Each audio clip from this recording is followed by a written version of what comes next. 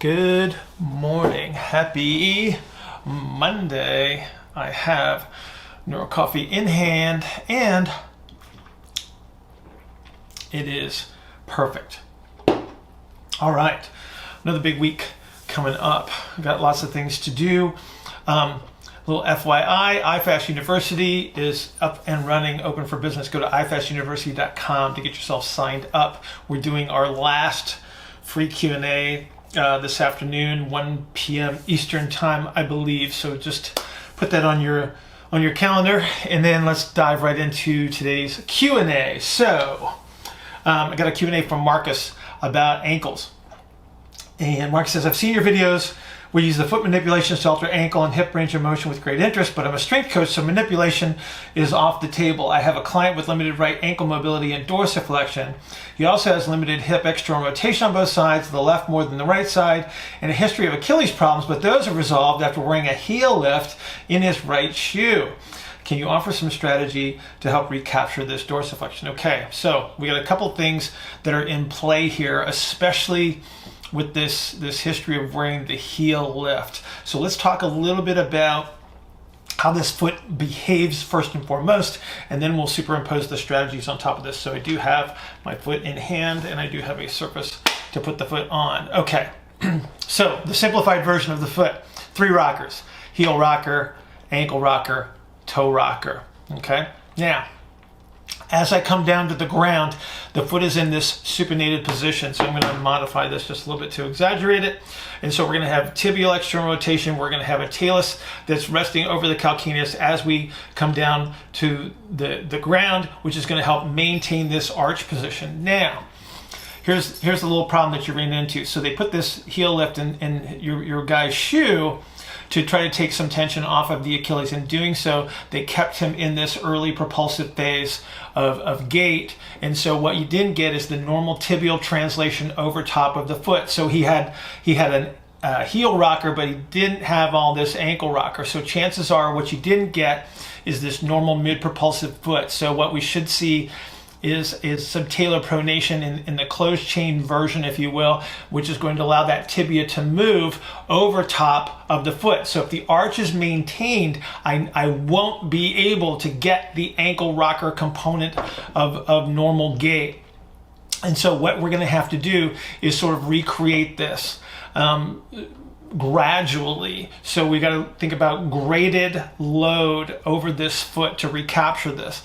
So here's something a little counterintuitive. What we might actually do is actually start him in a heels elevated position, because that's where he's comfortable, and then start to translate this tibia over top of the foot so we can start to recapture this normal subtalar motion that should occur. So we put him in heels elevated, and then we slowly bring the tibia over the foot.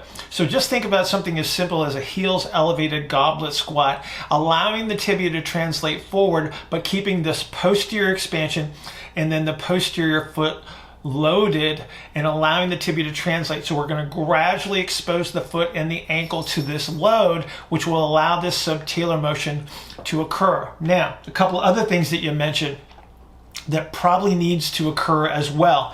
You mentioned that he's missing some hip external rotation on both sides, left more so than the right. So now what we got here is we have a left-sided issue that's going to influence the right-sided constraint.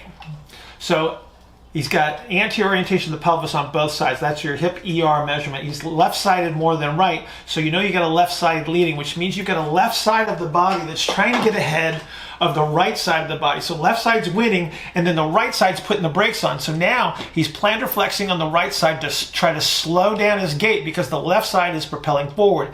So what we're probably going to have to do is bring that left side back first. So now we're thinking about all the activities that we would use to create left posterior expansion. So we're talking about hip shifting activities into the left side to help reorient the pelvis posteriorly and to create a left hip shift to recapture the ability to delay the left propulsive strategy. Now we don't have the demands on the right side that are going to promote this plantar flexion. So think left side first, create the posterior expansion, and now we're going to start to drive this right side stuff. So again, the goblet squat comes into play. The front foot elevated split squat will also allow the tibia to translate forward with a reduced load. So again, we don't want to drive load over this right foot because the strategy is so strong right now that all he's going to do is drive harder into plantar flexion, and you're not going to be able to recapture the dorsiflexion that you're chasing. So what I would do, left side posterior expansion, left hip shift, anything that would increase left hip internal rotation to allow you to delay the left side and then start to bring the right side forward. But you're going to have to do it gradually. You're going to have to expose them to the ankle rocker, if you will, gradually with load. So again, rear foot elevated activities to start allowing the tibia to translate over the foot. Front foot elevated where the foot is flat, start to drive the knee over the foot, and then bring the foot down to the ground into what you would consider your normal split squat orientation. Once again, allowing that knee to translate over the ankle. And I think that you're going to have a great outcome in that regard. But always remember that this is a two-sided issue that you're dealing with. Bring the left side back and then take the right side forward. So I hope, Marcus, that answers your question. I hope you guys have a great Monday, have a productive week, and let's get it off to a great start. I'll see you tomorrow.